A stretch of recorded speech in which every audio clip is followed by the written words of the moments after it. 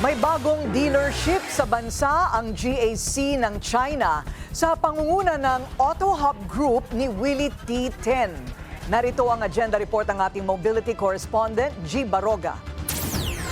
Matagal nang nasa car business si Willie Titen, mula sa pagbebenta ng mga luxury ride hanggang sa mga city at everyday car. At may kakaibang kalidad siyang nakita sa GAC, isang Chinese car brand na patok ngayon sa Pilipinas. Kakabukas lang ng Auto Hub Group ng kanilang pangalawang GAC outlet at ang flagship showroom ng brand sa bansa, ang GAC Bonifacio Global City. Hindi lang ito isang negosyo para kay Titen, dahil personal niyang ginagamit ang GAC M8, ang sleek 7-seater minivan na puno ng mga comfort and convenience feature. Use the M8 a lot of days in a week, and because it's a beautiful ride, it has massage chair, very big leg room, hot air, cold air, whatever, luxuries. You can sleep soundly in the car, especially during long drives. 2 taon na ang nakalipas nang bisitahin ni Titen ang GAC factory sa China at labis siyang humanga rito. GAC is one of the biggest brands in China. It's owned by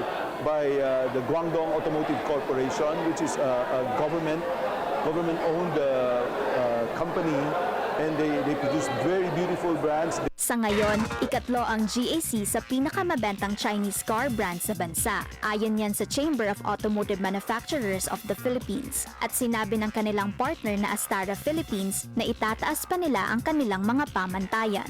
This collaboration is not just about expanding what footprint is. It's about elevating the customer experience and setting new standards. Makikita sa dealership ang pinakabagong mga modelo ng GAC. Fully equipped na service bay, pati na rin ang parts warehouse. Pero hindi dyan natatapos ang Auto Hub dahil plano ni Titen na magtayo pa ng pangatlong GAC showroom, kasama na ang karagdagang mga dealership at brand. Para sa agenda, G. Baraga, Billionaire News Channel.